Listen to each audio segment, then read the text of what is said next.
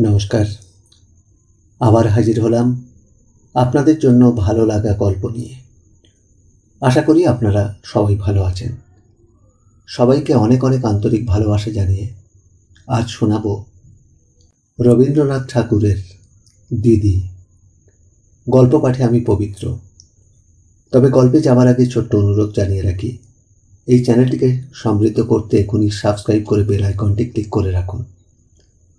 তো চলুন শোনা যাক আজকের গল্প দিদি। প্রথম পরিচ্ছেদ। পল্লীবাসিনী কোনো এক হতভাগিনীর অন্যায়কারী অত্যাচারী স্বামীর দুষ্কৃতি সকল সবিস্তারে বর্ণনপূর্বক প্রতিবেশিনী তারা অত্যন্ত সংক্ষেপে নিজের রায় প্রকাশ করিয়া কহিল, এমন স্বামীর মুখে আগুন। শুনিয়া জয়গোপাল বাবুর স্ত্রী শশী অত্যন্ত পীড়া অনুভব করিল। স্বামী জাতির মুখে চুরুটের আগুন ছাড়া অন্য কোনো প্রকার আগুন কোনো অবস্থাতেই কামনা করা স্ত্রী জাতিকে শোভা পায় না। অতএব এ সম্বন্ধে তিনি কিঞ্চিত সংকোচ প্রকাশ করাতে কঠিন হৃদয় তারা দ্বিগুণ উৎসাহের সহিত কহিল,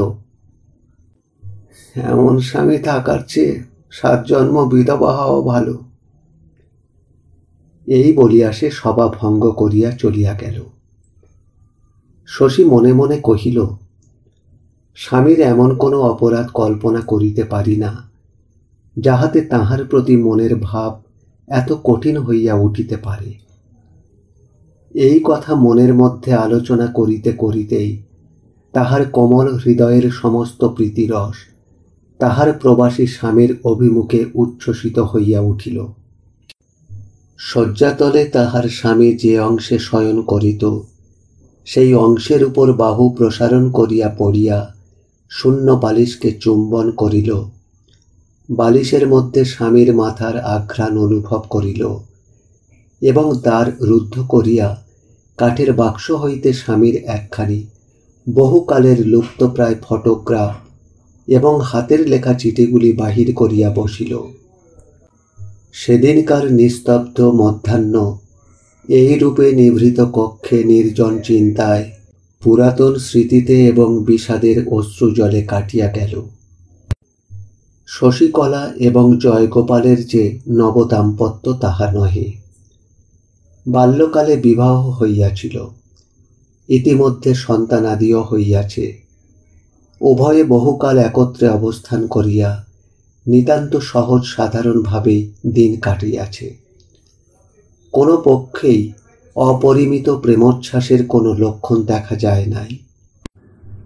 প্রায় 16 বৎসর একাদিক্রমে অবিচ্ছেদে যাপন করিয়া হঠাৎ কর্মবশে তাহার স্বামী বিদেশে চলিয়া যাওয়ার পর শশীর মনে একটা প্রবল প্রেমাবেগ জাগ্রত হইয়া উঠিল। বিরহের দ্বারা বন্ধনে যতই টান পড়িল, কোমল হৃদয়ে প্রেমের ফাঁস ততই শক্ত করিয়া আঁটিয়া ধরিল। ঢিলা অবস্থায় যাহার অস্তিত্ব অনুভব করিতে পারে নাই, এখন তাহার বেদনা টনটন করিতে লাগিল। তাই আজ এতদিন পরে এত বয়সে ছেলের মা হইয়া শশী বসন্ত মধ্যাহ্নে নির্জন ঘরে বিরহ শয্যায় উন্মেষিত যৌবনা নববধূর সুখ স্বপ্ন দেখিতে লাগিল। যে প্রেম অজ্ঞাতভাবে জীবনের সম্মুখ দিয়া প্রবাহিত হইয়া গিয়াছে, সহসা আজ তাহারই কলগীতি শব্দে জাগ্রত হইয়া মনে মনে তাহারই উজান বাহিয়া দুই তীরে বহু দূরে অনেক সোনার পরী, অনেক কুঞ্জবন দেখিতে লাগিল। কিন্তু সেই অতীত সুখ সম্ভাবনার মধ্যে এখন আর পদার্পণ করিবার স্থান নাই। মনে করিতে লাগিল, এইবার যখন স্বামীকে নিকটে পাইব, তখন জীবনকে নিরস এবং বসন্তকে নিষ্ফল হইতে দিব না। কতবার তুচ্ছ তর্কে সামান্য কলহে স্বামীর প্রতি সে উপদ্রব করিয়াছে। আজ অনুতপ্ত চিত্তে একান্ত মনে সংকল্প করিল, আর কখনোই সে অসহিষ্ণুতা প্রকাশ করিবে না। স্বামীর ইচ্ছায় বাধা দিবে না, স্বামীর আদেশ পালন করিবে। প্রীতিপূর্ণ নম্র হৃদয়ে স্বামীর ভালো মন্দ সমস্ত আচরণ সহ্য করিবে। কারণ স্বামী সর্বস্ব, স্বামী প্রিয়তম, স্বামী দেবতা। অনেকদিন পর্যন্ত শশীকলা তাহার পিতামাতার একমাত্র আদরের কন্যা ছিল। সেই জন্য জয়গোপাল যদিও সামান্য চাকরি করিত, তবু ভবিষ্যতের জন্য তাহার কিছুমাত্র ভাবনা ছিল না। পল্লীগ্রামে রাজভোগে থাকিবার পক্ষে তাহার শ্বশুরের যথেষ্ট সম্পত্তি ছিল। এমন সময় নিতান্ত অকালে প্রায় বৃদ্ধ বয়সে শশীকলার পিতা কালীপ্রসন্নের একটি পুত্র সন্তান জন্মিল। সত্য কথা বলিতে কি, পিতামাতার এইরূপ অনপেক্ষিত অসঙ্গত অন্যায় আচরণে শশী মনে মনে অত্যন্ত ক্ষুণ্ণ হইয়াছিল। জয়গোপালও বিশেষ প্রীতিলাভ করে নাই। অধিক বয়সের ছেলেটির প্রতি পিতামাতার স্নেহ অত্যন্ত ঘনীভূত হইয়া উঠিল। এই নবাগত ক্ষুদ্রকায় স্তন্য পিপাসু নিদ্রাতুর শ্যালকটি অজ্ঞাতসারে দুই দুর্বল হস্তের অতি ক্ষুদ্র বদ্ধ মুষ্টির মধ্যে জয়গোপালের সমস্ত আশা ভরসা যখন অপহরণ করিয়া বসিল, তখন সে আসামের চা বাগানে একটি চাকরি পাইল। নিকটবর্তী স্থানে চাকরির সন্ধান করিতে সকলেই তাহাকে পীড়াপিড়ি করিয়াছিল। কিন্তু সর্বসাধারণের উপর রাগ করিয়াই হোক, অথবা চা বাগানে দ্রুত বাড়িয়া উঠিবার কোনো উপায় জানিয়াই হোক, জয়গোপাল কাহারও কথায় কর্ণপাত করিল না। শশীকে সন্তানসহ তাহার বাপের বাড়ি রাখিয়া সে আসামে চলিয়া গেল। বিবাহিত জীবনে স্বামী স্ত্রীর এই প্রথম বিচ্ছেদ। এই ঘটনায় শিশু ভ্রাতাটির প্রতি শশীকলার ভারী রাগ হইল। যে মনের আক্ষেপ মুখ ফুটিয়া বলিবার জো নাই, তাহারই আক্রোশটা সবচেয়ে বেশি হয়। ক্ষুদ্র ব্যক্তিটি আরামে স্তন্যপান করিতে ও চক্ষু মুদিয়া নিদ্রা দিতে লাগিল, এবং তাহার বড় ভগিনীটি দুধ গরম, ভাত ঠান্ডা, ছেলের স্কুলে যাওয়ার দেরি প্রভৃতি নানা উপলক্ষে নিশিদিন মান অভিমান করিয়া অস্থির হইল এবং অস্থির করিয়া তুলিল। অল্প দিনের মধ্যেই ছেলেটির মায়ের মৃত্যু হইল।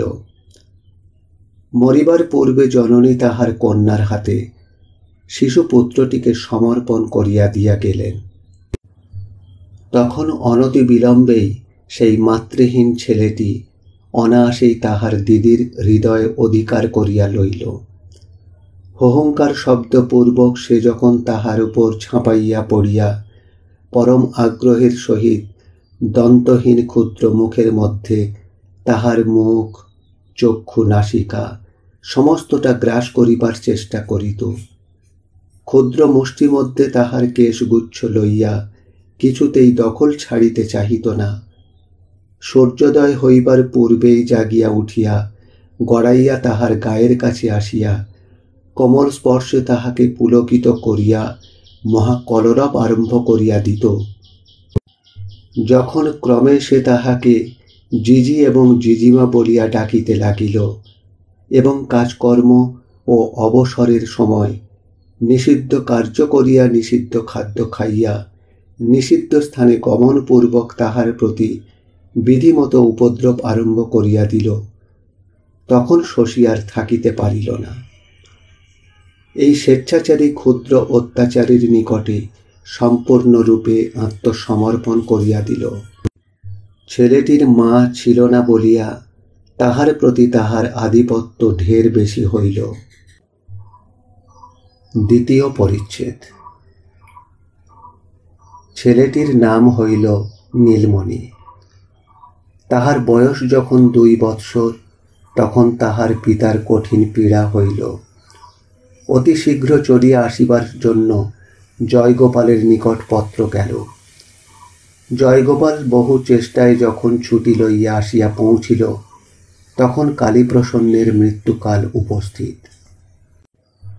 মৃত্যুর পূর্বে কালীপ্রসন্ন নাবালক ছেলেটির তত্ত্বাবধানের ভার জয়গোপালের প্রতি অর্পণ করিয়া এবং তাহার বিষয়ের সিকি অংশ কন্যার নামে লিখিয়া দিলেন। সুতরাং বিষয় রক্ষার জন্য জয়গোপালকে কাজ ছাড়িয়া দিয়া চলিয়া আসিতে হইল। অনেক দিনের পরে স্বামী স্ত্রীর পুনর্মিলন হইল। একটা জড় পদার্থ ভাঙিয়া গেলে আবার ঠিক তাহার খাঁজে খাঁজে মিলাইয়া দেওয়া যায়, কিন্তু দুটি মানুষকে যেখানে বিচ্ছিন্ন করা হয়, দীর্ঘ বিচ্ছেদের পর আর ঠিক সেখানে রেখায় রেখায় মেলে না, কারণ মন জিনিসটা সজীব পদার্থ, নিমেষে নিমেষে তাহার পরিণতি এবং পরিবর্তন। শশীর পক্ষে এই নূতন মিলনে নূতন ভাবের সঞ্চার হইল।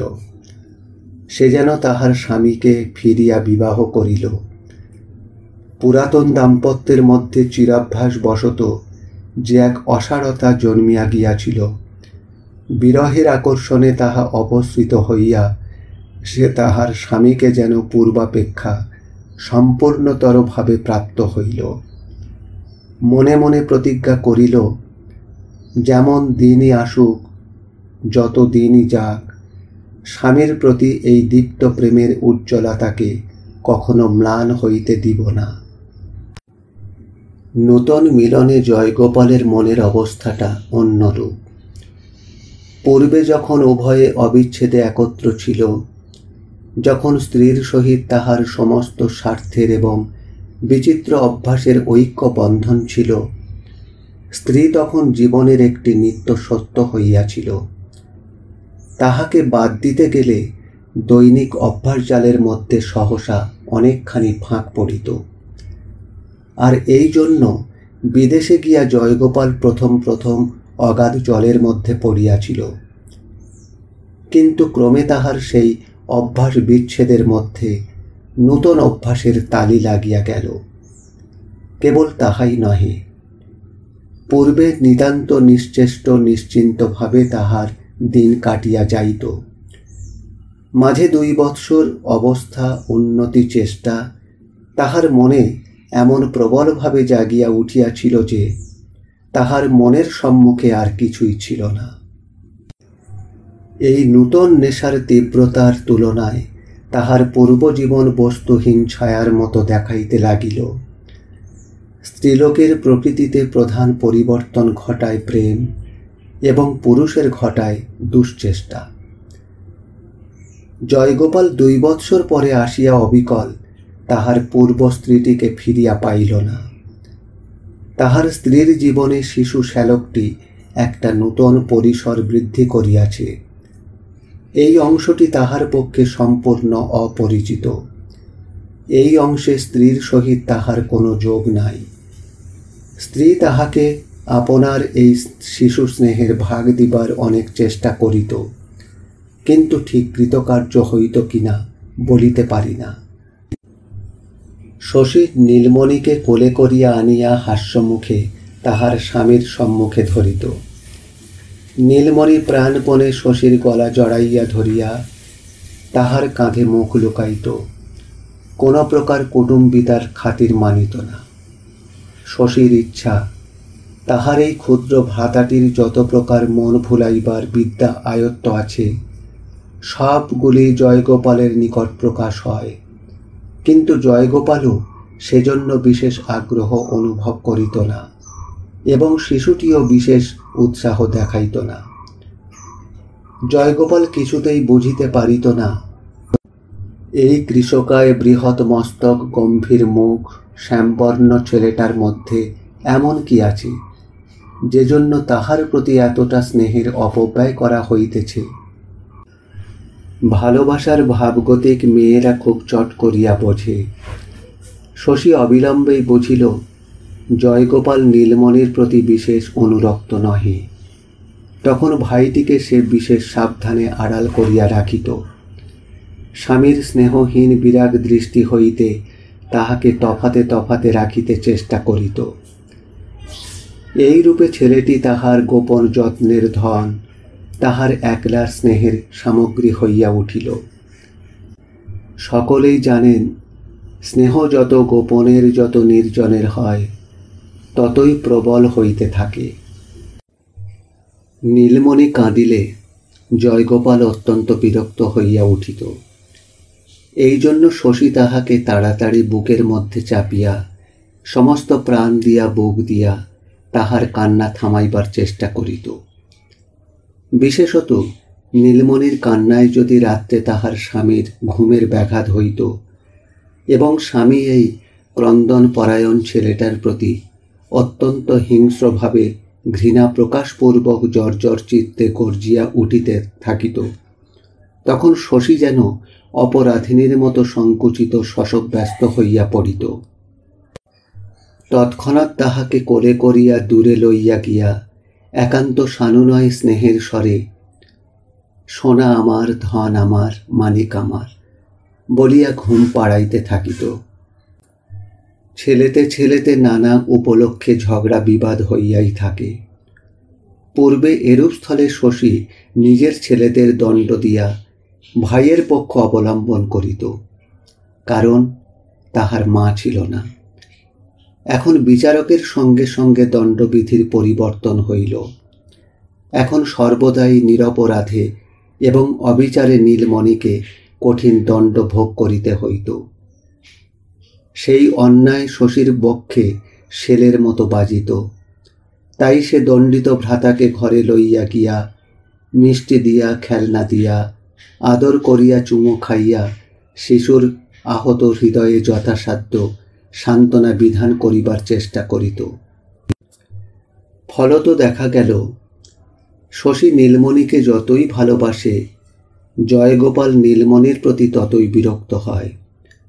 আবার জয়গোপাল নীলমণির প্রতি যতই বিরাগ প্রকাশ করে, শশী তাহাকে ততই স্নেহ সুধায় অভিষিক্ত করিয়া দিতে থাকে।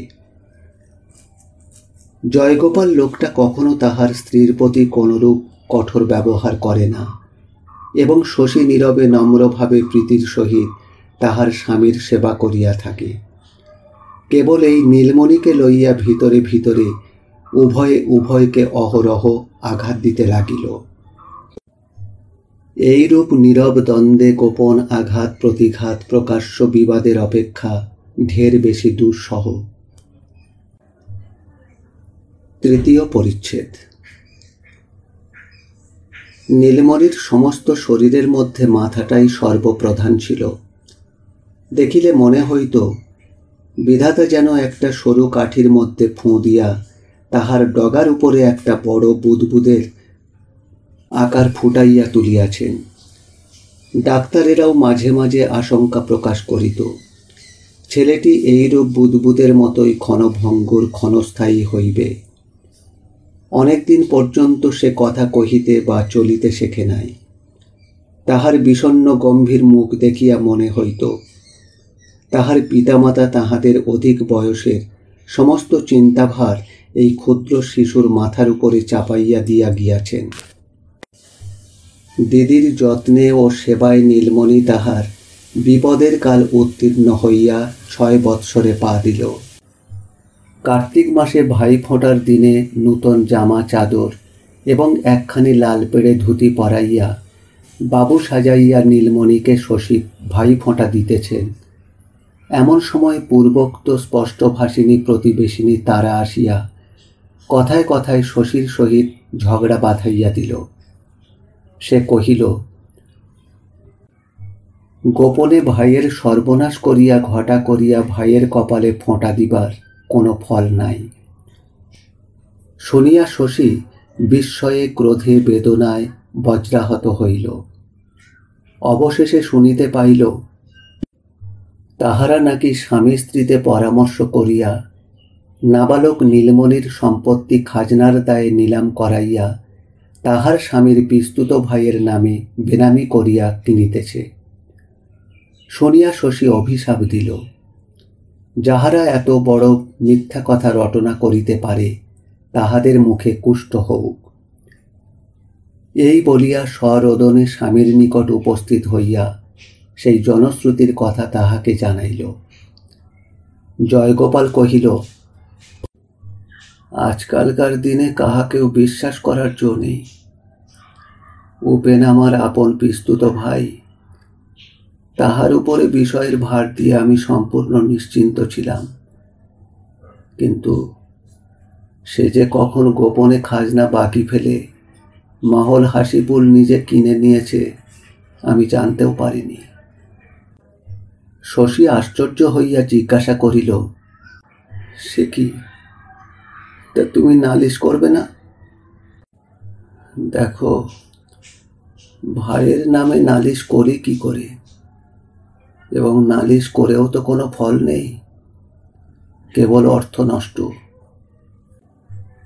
স্বামীর কথা বিশ্বাস করা শশীর পরম কর্তব্য, কিন্তু কিছুতেই বিশ্বাস করিতে পারিল না। তখন এই সুখের সংসার, এই প্রেমের গার্হস্থ্য সহসা তাহার নিকট অত্যন্ত বিকট বিভৎস আকার ধারণ করিয়া দেখা দিল। যে সংসারকে আপনার পরম আশ্রয় বলিয়া মনে হইত, হঠাৎ দেখিল সে একটা নিষ্ঠুর ফাঁদ। যেন তাহাদের দুটি ভাই বোনকে চারিদিক হইতে ঘিরিয়া ধরিয়াছে। সে একা স্ত্রীলোক, অসহায় নীলমণিকে কেমন করিয়া রক্ষা করিবে ভাবিয়া কুল কিনারা পাইল না। যতই চিন্তা করিতে লাগিল, ততই ভয়ে এবং ঘৃণায় বিপন্ন বালক ভ্রাতাটির প্রতি অপরিসীম স্নেহে তাহার হৃদয় পরিপূর্ণ হইয়া উঠিল। তাহার মনে হইতে লাগিল, সে যদি উপায় জানিত তবে লাট সাহেবের নিকট নিবেদন করিয়া, এমনকি মহারানীর নিকট পত্র লিখিয়া তাহার ভাইয়ের সম্পত্তি রক্ষা করিতে পারিত। মহারানী কখনোই নীলমণির বার্ষিক 758 টাকা মুনাফার হাসিলপুর মহল বিক্রয় হইতে দিতেন না। এই রূপে শশী যখন একেবারে মহারানীর নিকট দরবার করিয়া তাহার পিস্তুত দেবরকে সম্পূর্ণ জব্দ করিয়া দিবার উপায় চিন্তা করিতেছে, তখন হঠাৎ নীলমণির জ্বর আসিয়া আক্ষেপ সহকারে মূর্ছা হইতে লাগিল। জয়গোপাল এক গ্রাম্য নেটিভ ডাক্তারকে ডাকিল। শশী ভালো ডাক্তারের জন্য অনুরোধ করাতে জয়গোপাল কহিল, কেন, মতিলাল কি মন্দ ডাক্তার নাকি? শশী তখন তাহার পায়ে পড়িল, মাথার দিব্য দিল। জয়গোপাল বলিল, আচ্ছা, শহর থেকে ডাক্তার ডাকতে পাঠাচ্ছি। শশী নীলমণিকে কোলে করিয়া বুকে করিয়া পড়িয়া রহিল। নীলমণিও তাহাকে একদণ্ড চোখের আড়াল হইতে দেয় না, পাছে ফাঁকি দিয়া পালায় এই ভয়ে তাহাকে জড়াইয়া থাকে, এমনকি ঘুমাইয়া পড়িলেও আঁচলটি ছাড়ে না। সমস্ত দিন এমনিভাবে কাটিলে সন্ধ্যার পর জয়গোপাল আসিয়া বলিল, শোনো, শহরে ডাক্তারবাবুকে পাওয়া গেল না, তিনি দূরে নাকি কোথায় রোগী দেখতে গিয়েছেন। আর হ্যাঁ, মকদ্দমা উপলক্ষে আমাকে আজই অন্যত্র যেতে হচ্ছে। আমি মতিলালকে বলে গেলাম, সে নিয়মিত এসে রোগী দেখে যাবে। রাত্রে নীলমণি ঘুমের ঘোরে প্রলাপ বকিল। প্রাতঃকালেই শশী কিছুমাত্র বিচার না করিয়া রোগী ভ্রাতাকে লইয়া নৌকা চড়িয়া একেবারে শহরে গিয়া ডাক্তারের বাড়ি উপস্থিত হইল। ডাক্তার বাড়িতেই আছেন, শহর ছাড়িয়া কোথাও যান নাই। ভদ্র স্ত্রীলোক দেখিয়া তিনি তাড়াতাড়ি বাসা ঠিক করিয়া একটি প্রাচীন বিধবার তত্ত্বাবধানে শশীকে প্রতিষ্ঠিত করিয়া দিলেন এবং ছেলেটির চিকিৎসা আরম্ভ করিলেন। পরদিনই জয়গোপাল আসিয়া উপস্থিত। ক্রোধে অগ্নিমূর্তি হইয়া স্ত্রীকে তৎক্ষণাৎ তাহার সহিত ফিরিতে অনুমতি করিল। শশী কহিল, আমাকে যদি কেটে ফেলো তবু আমি ফিরব না। তোমরা আমার নীলমণিকে মেরে ফেলতে চাও, ওর মা নেই, বাপ নেই, আমি ছাড়া ওর আর কেউ নেই, আমি ওকে রক্ষা করব। জয়গোপাল রাগিয়া কহিল, বটে, তবে তুমি এইখানেই থাকো, তুমি আর আমার ঘরে ফিরো না। শশী তখন প্রদীপ্ত হইয়া উঠিয়া কহিল, ঘর তোমার কি? হ্যাঁ, ঘর তোমার কি? ঘর তো আমার ভাইয়ের। আচ্ছা, সে দেখা যাবে। পাড়ার লোকে এই ঘটনায় কিছুদিন খুব আন্দোলন করিতে লাগিল। প্রতিবেশিনী তারা কহিল, স্বামীর সঙ্গে ঝগড়া করতে হয়, ঘরে বসে কর না বাপু, ঘর ছেড়ে যাওয়ার আবশ্যক কি? হাজার হোক, স্বামী তো বটে। সঙ্গে যাহা টাকা ছিল সমস্ত খরচ করিয়া গহনাপত্র বেচিয়া শশী তাহার ভাইকে মৃত্যু মুখ হইতে রক্ষা করিল। তখন সে খবর পাইল, দাড়িগ্রামে তাহাদের যে বড় জোত ছিল, যে জোতের উপরে তাহাদের বাড়ি, নানা রূপে যাহার আয় প্রায় বার্ষিক ১,৫০০ টাকা হইবে, সেই জোতটা জমিদারের সহিত যোগ করিয়া জয়গোপাল নিজের নামে খারিজ করিয়া লইয়াছে। এখন বিষয়টি সমস্তই তাহাদের, তাহার ভাইয়ের নহে। ব্যামো হইতে সারিয়া উঠিয়া নীলমণি করুণ স্বরে বলিতে লাগিল, দিদি, বাড়ি চলো।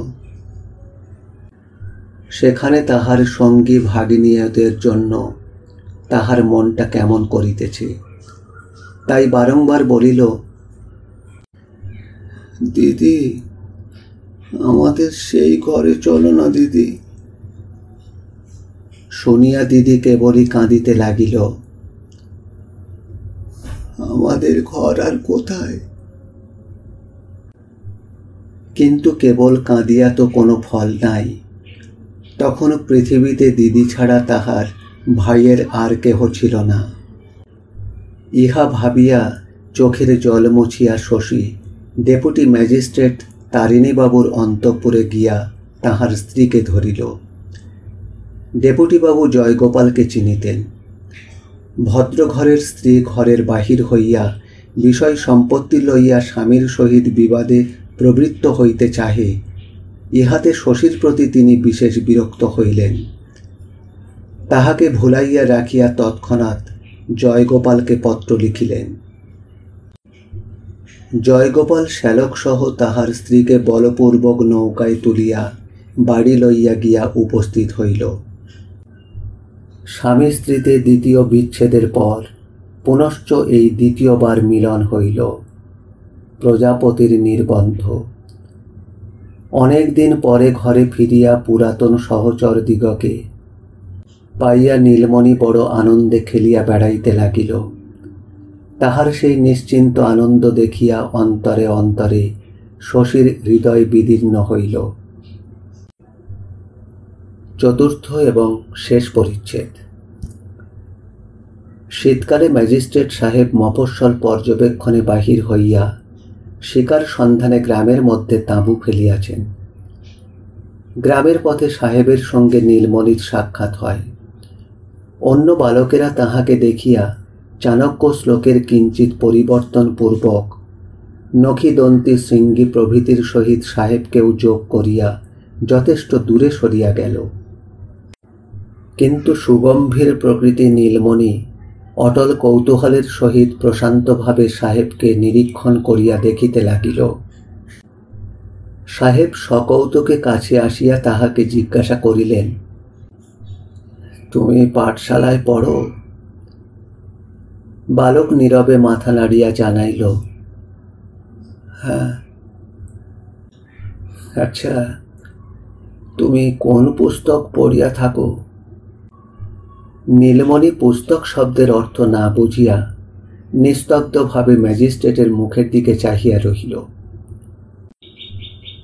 ম্যাজিস্ট্রেট সাহেবের সহিত এই পরিচয়ের কথা নীলমণি অত্যন্ত উৎসাহের সহিত তাহার দিদির নিকট বর্ণনা করিল।